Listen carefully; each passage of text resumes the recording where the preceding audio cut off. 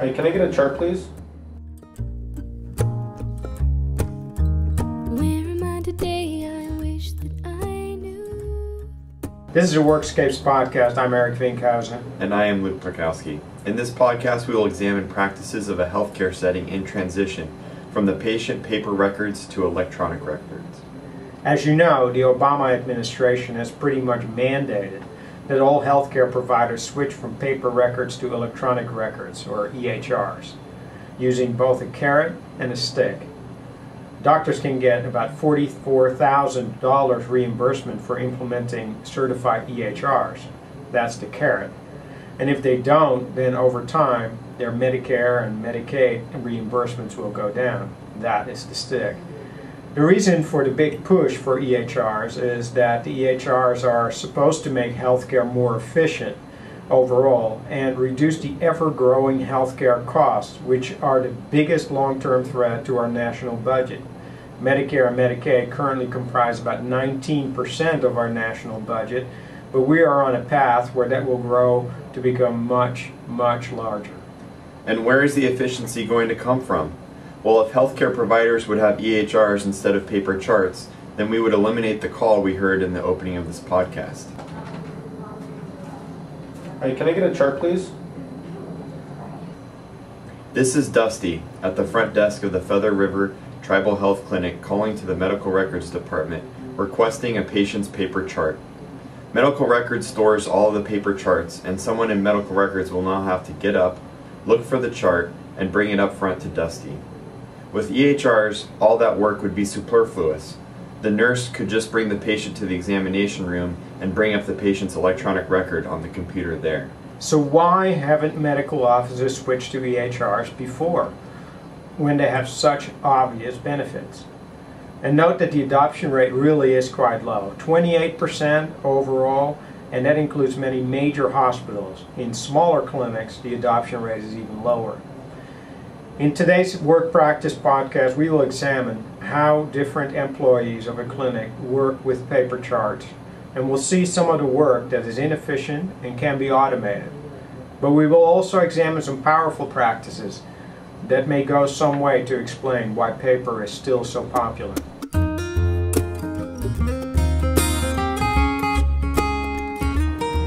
Four years ago, Feather River Tribal Health Clinic adopted an electronic health record system, or EHR, that was developed by their main funding source, the Indian Health Services. The system was based on the Veteran Administration's EHR, and by all accounts, the transition from paper charts was very challenging. But over time, the clinic's employees all learned to work with the new system and the new work processes. The new system was especially advantageous for the staff in medical records, who are responsible for maintaining, filing, and retrieving the paper charts. Although they still have plenty of charts on their desk and in various piles around the room, it used to be much, much worse before the EHR was implemented. Some of the medical records people said that they barely had any desk space left for all the charts that were on their desks. So the transition to the EHR system made life a lot easier for the folks in medical records. However, even though Feather River adopted the EHR system, they did not get rid of their paper charts. They kept both systems because the clinic receives a lot of documents from other providers, radiology reports, outside labs, and letters from outside specialists. And documents come to Feather River by fax or mail, and after adding them to the patient's paper charts, Feather River's providers must sign off on these reports. So Feather River has this hybrid practice now with an EHR system for the data created internally and a paper chart containing the older records as well as the reports coming in from the outside. And this in turn allows us to take a look at how the folks in Feather River use both systems and the advantages and disadvantages of either. When you consider the paper chart and compare it to the electronic record, it is clear that many of the practices surrounding the paper chart involve moving the chart to the appropriate place. Doctors need to have the chart with them in the examination room, and because we don't know what examination room the patient will end up in, the paper charts for that day's patients must be brought to the front desk, where the nurse will retrieve the chart when they lead the patient to an examination room. For the folks in medical records, this means that they must ensure that the charts for the next day's patients are located and collected. Locating these charts is far from trivial. because the paper charts can be in multiple places. Indeed, locating charts is so time-consuming that the clerk whose responsibility it is to find charts does little else. And I have some first-hand understanding of this because I did the job myself for a few hours one afternoon. So the first place where you go look for charts is in the movable bookcases in which the paper charts are filed and organized alphabetically. But if the chart is not there, it can be in a number of other places, including the provider shelves, which is where charts are placed that contain some new paperwork that the providers need to review and sign off on. Here the charts are not organized in any way, so you just need to read the names on each of the files. Or on what they call the table, which is really a cabinet where the providers put the charts that they have finished reviewing. Or on the miscellaneous shelves, which is where charts are placed that require additional review and processing further by a medical records clerk. Or they can be in the to-be-filed shelves, which is where the charts go that are ready to be filed again. Or they can be elsewhere in medical records, as medical records clerks will often take charts that they need to work on to their desks or workstations. Or finally, the chart may be on the floor, which to the medical records folks means it is not in medical records, but for example it can be at the front desk or in one of the provider's offices.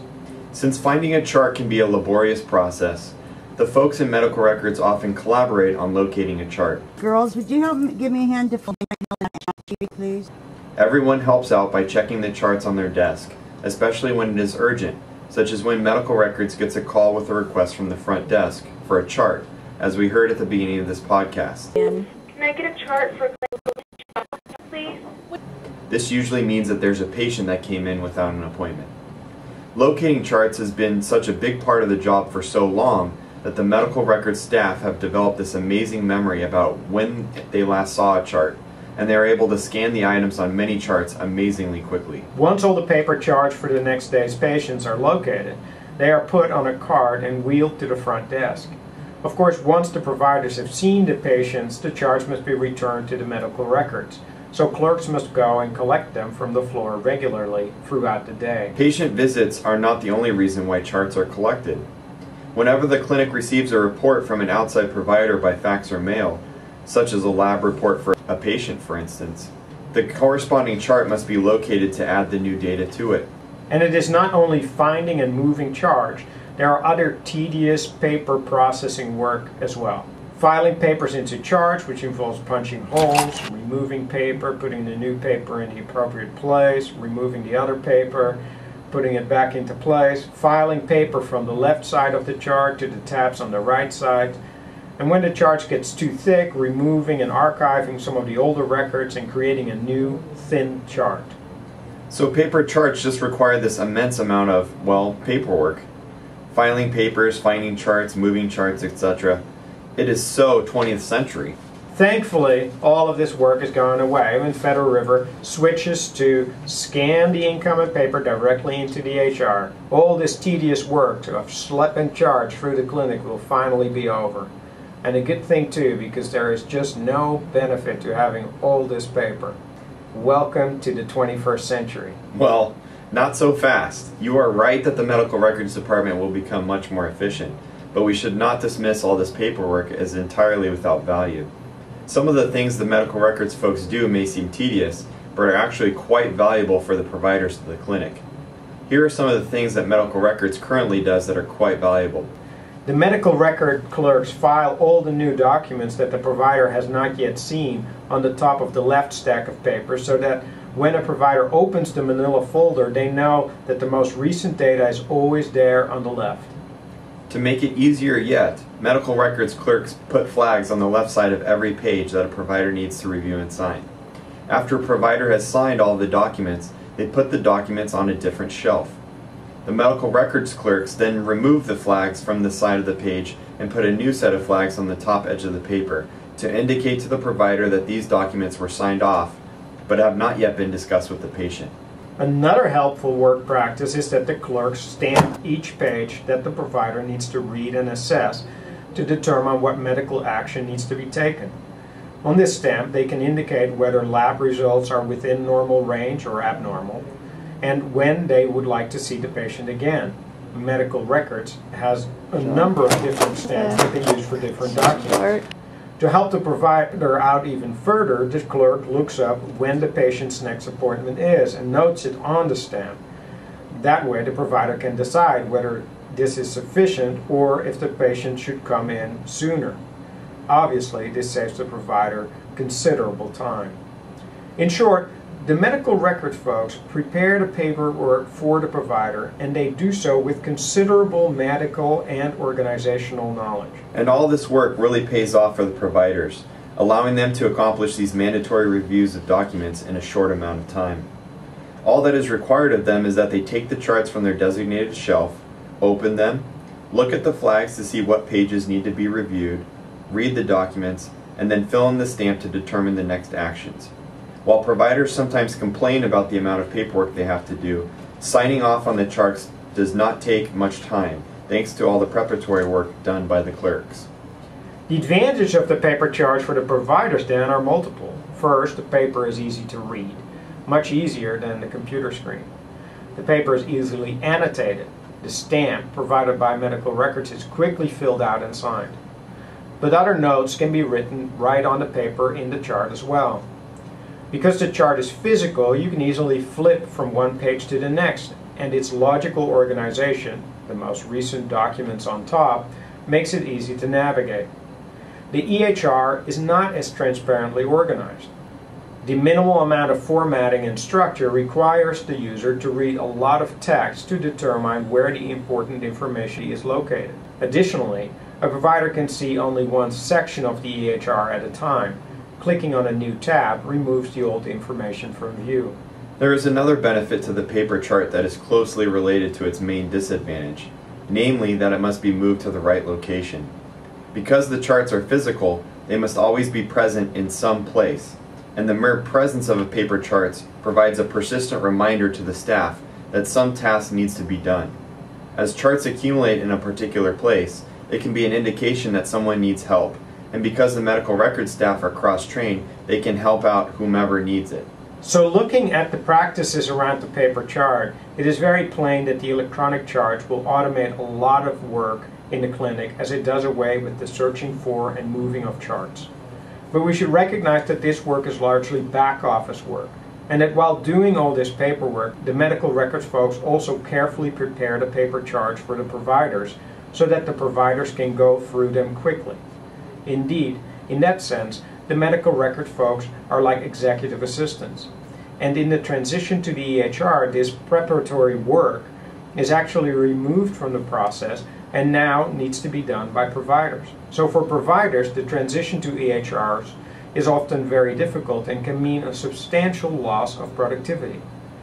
And as providers are often the decision makers when it comes to technology purchases, this may well explain why the medical industry has comparatively low penetration of information technology.